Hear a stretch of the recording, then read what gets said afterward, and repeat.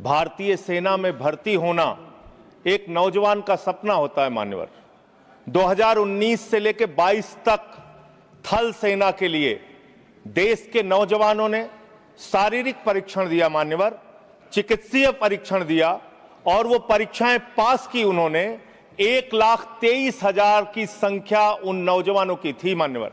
और इसी तरीके से वायुसेना के लिए लगभग 7,000 नौजवानों ने परीक्षा पास की। लेकिन बड़े अफसोस के साथ आपके माध्यम से इस सरकार को बताना चाहता हूं कि आज वो नौजवान अवसाद में है, निराशा में है, पीड़ा में है, दुख में है कि उनको आज तक सेना में भर्ती का अंतिम जो भर्ती के लिए उनको चिट्ठी मिलनी चाहिए, उस चिट्ठी की प्रतीक्षा। सेना का जवान बना है हाथ में बंदूक लेने के लिए, सेना का जवान बना है भारत की रक्षा करने के लिए, लेकिन उस जवान से अधिकारियों के ट्रे उठवाए जाते हैं, सेवादारी करवाई जाती है। सेना में यह सेवादारी की प्रथा बंद होनी चाहिए। हमारे जवानों का सम्मान बरकरार रहना चाहिए। जय हिंद दोस्तों, मेरे चैनल डिफेंस डिस्कशन में आप सभी का स्वागत है। दोस्तों, अग्निवीर के मुद्दे पर एक्सपर्ट्स भी, आजकल डिफेंस एक्सपर्ट भी बड़े कम बात करते हैं और नेता तो भूल ही चुके हैं। लेकिन दाद देनी होगी आम आदमी पार्टी के सांसद संजय सिंह की, जिन्होंने अग्निवीर के मुद्दे को संसद में उठाया और बहुत प्रमुखता से उठाया। इसके लिए मैं सैल्यूट करता हूं सर को, क्योंकि ये वो मुद्दा है जिस पे बात होनी चाहिए। क्योंकि ऐसा लगता है कि मोदी सरकार मान चुकी है कि अग्निवीर स्कीम में, अग्निपथ स्कीम में सब कुछ ठीक है। हम उम्मीद कर रहे थे कि राहुल गांधी या कांग्रेस के दूसरे नेता सदन में जब भी सदन चले, संसद चले, जब भी कोई भी सत्र होता, तब उस अग्निवीर मुद्दे पर एक बार बात हो, क्योंकि ये देश के फ्यूचर के साथ, देश की युवा पीढ़ी के साथ खिलवाड़ है।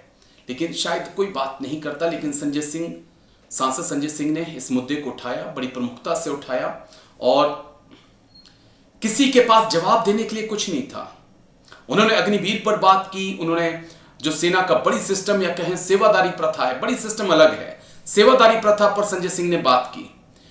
किसी के पास जवाब नहीं था कि क्यों इंडियन आर्मी के अंदर सेवादारी है, क्यों अफसर जो हैं अपने घर का काम जवानों से कराते हैं।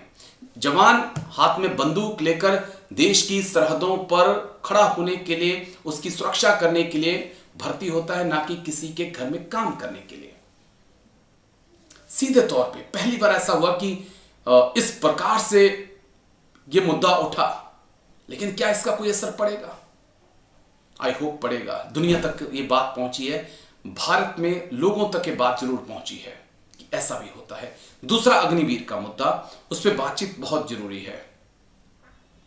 इस मुद्दे को वक्त पे उठाने की जरूरत है, क्योंकि एक बड़ा तूफान जो है वो आने वाला है। मैं अभी भी मानता हूं कि 2026 में जो बैच आएगा, मोदी सरकार उसे एडजस्ट कर लेगी। 2027 में जो बैच आएगा वो आधा ही एडजस्ट होगा, लेकिन उसके बाद जो बैच आएंगे ना, वो परेशानियां खड़ी करेंगे। क्या कुछ आम आदमी पार्टी के सांसद संजय सिंह ने कहा, सुनिए जरा और फिर कमेंट्स करके अपनी राय जरूर दीजिए। अवसर दिया मान्यवर। भारतीय सेना देश का गौरव है। भारतीय सेना में भर्ती होना एक नौजवान का सपना होता है मान्यवर। 2019 से लेकर 22 तक थल सेना के लिए देश के नौजवानों ने शारीरिक परीक्षण दिया मान्यवर, चिकित्सीय परीक्षण दिया और वो परीक्षाएं पास की उन्होंने।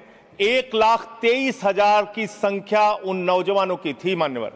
और इसी तरीके से वायुसेना के लिए लगभग 7,000 नौजवानों ने परीक्षा पास की।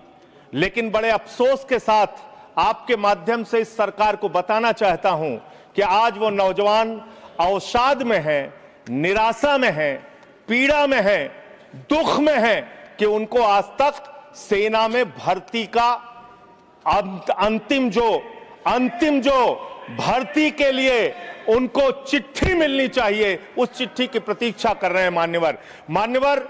भारतीय सेना में हरियाणा का नौजवान राजस्थान का नौजवान, उत्तर प्रदेश हो, पंजाब हो, देश के अलग अलग हिस्सों का नौजवान बड़े हिम्मत के साथ, बिहार का नौजवान भर्ती होता है, ये सपना देखता है, उसकी मां दूध पिलाती है अपने बच्चे को, सुबह दौड़ लगाता है, वो इस सपने के साथ भर्ती होता है कि अगर -50 डिग्री टेंपरेचर में सियाचिन में भारत माता की रक्षा करने की जरूरत पड़ी तो अपने प्राणों की आहुति देंगे। +50 डिग्री टेंपरेचर में जैसलमेर में खड़े होकर अगर भारत माता की रक्षा करने की जरूरत पड़ी तो अपने प्राणों की आहुति देंगे। लेकिन आपने अग्निवीर जैसी योजना लाकर भारतीय सेना के साथ और भारत माता के साथ विश्वासघात करने का काम किया। मान्यवर, एक अंतिम बात कह के मैं अपनी बात को खत्म करूंगा। मान्यवर, एक हरेंद्र यादव नाम का सेना का नौजवान, सेना का जवान पिछले दिनों जौनपुर में मिला। मान्यवर, वो हरेंद्र यादव अपनी पीड़ा, अपनी दुख को मेरे सामने वो रख रहा था। उसने विपक्ष के तमाम नेताओं के सामने और सत्ता पक्ष के सामने भी गिड़गिड़ाया, रोया।